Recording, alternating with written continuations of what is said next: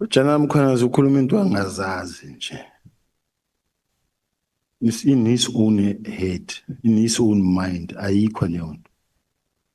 Welcome back to Heads Up SA, where we break down stories, debates, and drama shaping South Africa's leadership and accountability.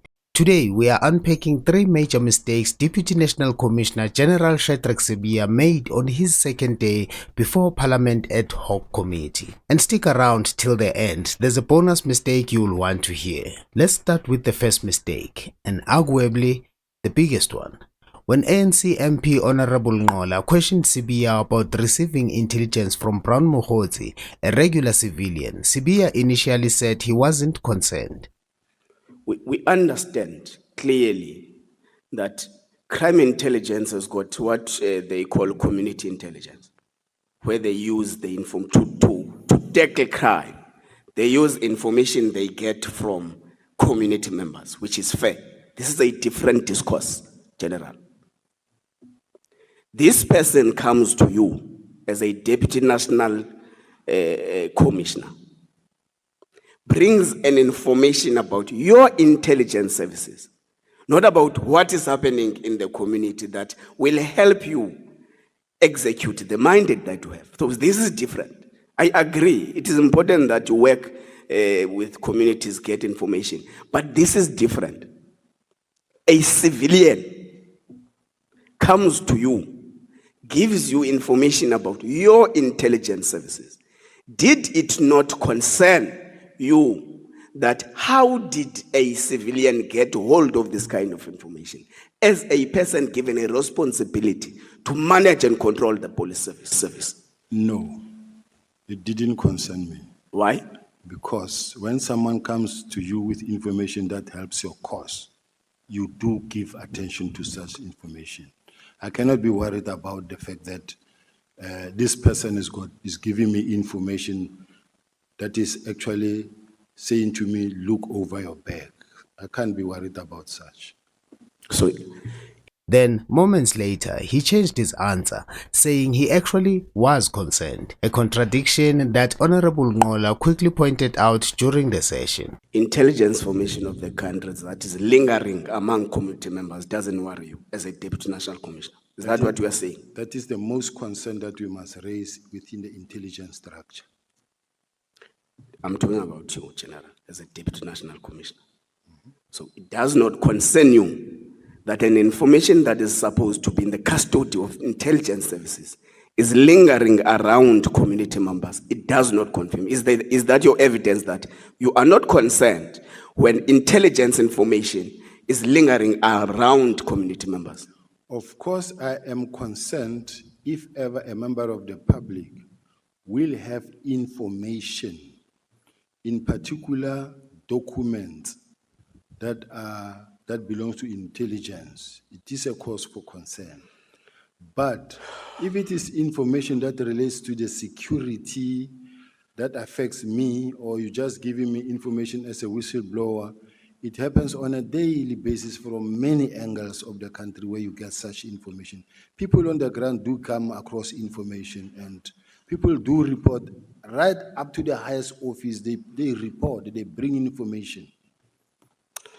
Okay, Chair, I think let's just note that the first General Sibiya was not concerned, and on the second, General Sibiya was concerned.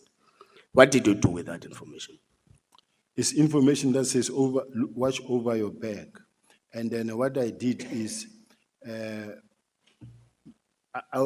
sometimes I approached. The back and forth didn't just expose uncertainty, it raised red flags about how seriously Sibiya treats intelligence, security, and consistency under questioning. Now think about it. If someone outside the system comes to you saying they are out to get you, and you are a top cop, logic says you would ask, who told you? How do you know? And how did you get that info? Because that person could be working with the same people plotting against you, or worse, leaking information from within crime intelligence. But instead, Sibiya's initial reaction was to brush it off like it was just another friendly tip. That's not the only red flag. It's a serious lapse judgment for someone with his level of experience. Second mistake, when Sibiya was asked by David Skosana of the MK Party, why he says General Mkhwanazi undermines him. Sibiya could not name a single act that proved it. He insisted that Mkhwanazi undermines him, but gave no examples, no incident, no document, no message, nothing. In Parliament, that kind of answer doesn't hold. It leaves the impression that there's personal tension, not professional conflict. You said that General Mkhwanazi undermined you as his senior, am I right? Yes. Are you aware that as you said yourself, let me just give you that. Are you aware that the accounting officer in the South African Police Service nationally is NASCOM? Do you agree? Yes. Are you aware that he originated those powers from the statute? You cannot have that power at all. You only have delegated powers. Now, the provincial commissioner, Mkhwanazi or anyone else, particularly, they originate their power like the national commissioner at provincial level. Do you agree? Yes. So why are you saying Mkhwanazi undermines you? Like I'm saying, Honorable Chair, I think yesterday I did read out my delegation and then my functions, duties and functions as the Deputy National Commissioner and the legal framework that actually suggests what are my responsibilities. The National Commissioner, even in his own words, said there's no gap, there's no any other member between me and him. It's him, ourselves as the Deputy National Commissioners, then the divisional commissioners and provincial commissioners under us. So in other words, I'm a Deputy National Commissioner, I'm accountable to the National Commissioner, but the provincial commissioners and any other, they are below the Deputy National Commissioners. Let me repeat again. So are you saying it was is correct for you to say you can come to Mpumalanga? You are senior when you come to Mpumalanga to the provincial co-commissioner? I am. In terms of powers, hence I'm asking you as a deputy commissioner, that the provincial commissioner, his powers comes from the state. He's an accounting officer at provincial level. Do you agree on that? I do. Now, when you come to the province, are you usurping, are you usurping his powers when you come to the province? Not at all. Yeah, hence I'm asking you, why are you saying Mkhwanazi undermines you? He undermines me, because, I mean, we are both well-trained members from the college, from being a constable. You get trained as to the rank level structures. And you know which one is junior, which one is more senior to the other. And that is the case, that will never change.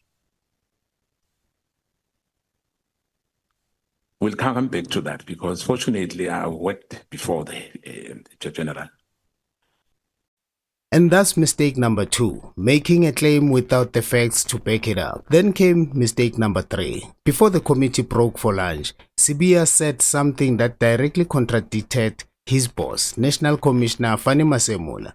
Masemula had praised General Dumisani Khumalo, calling him competent and qualified in investigations. Sibiya, on the other hand, agreed Khumalo performs well, but added that Khumalo was never trained as an investigator.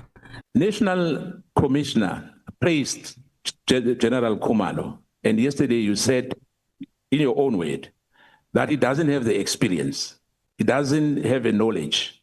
Are you contradicting what National Commissioner has told honorable members and the nation?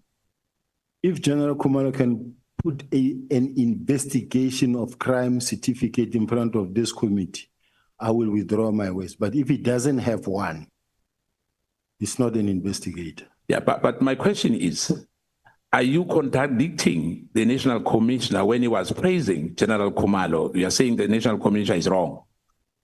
Well, the National Commissioner believes so much in General Khumalo, and what the National Commissioner said is what he said, what I'm not saying. Yeah, but remember, you are the deputy commissioner. My question is, you don't agree with the National Commissioner in the respect of the competency of General Khumalo. You are questioning his credentials.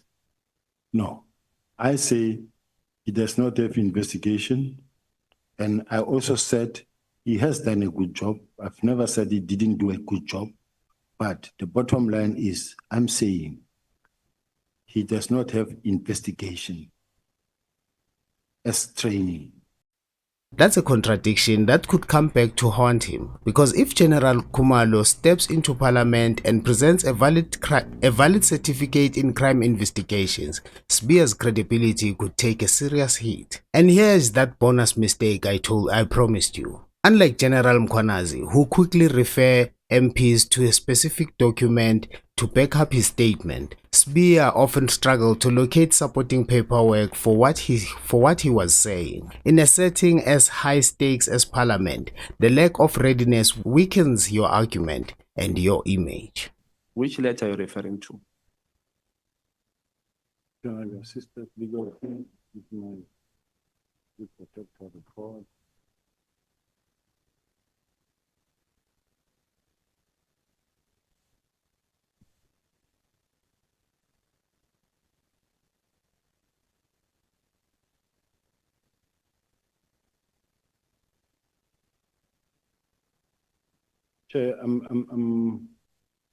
Isn't it that when I come now, I don't know which questions to expect, and as a result, the documents I have, but I couldn't bring everything here. So some of the documents you may find that I don't have them immediately, but before I leave here, I have them. There should be one here. I think into ishizolo leyo uyibheka kanjalo le letter wangayiveza moqeda. Legal team do we have? But safe to say. So, what do you think? Was Sibiya unprepared or just under pressure? Drop your thoughts in the comments below. And as always, hit that like button, subscribe, and turn on the notification bell so you never miss an episode from Heads Up SA, where we put the facts in focus. Keep your heads up, SA.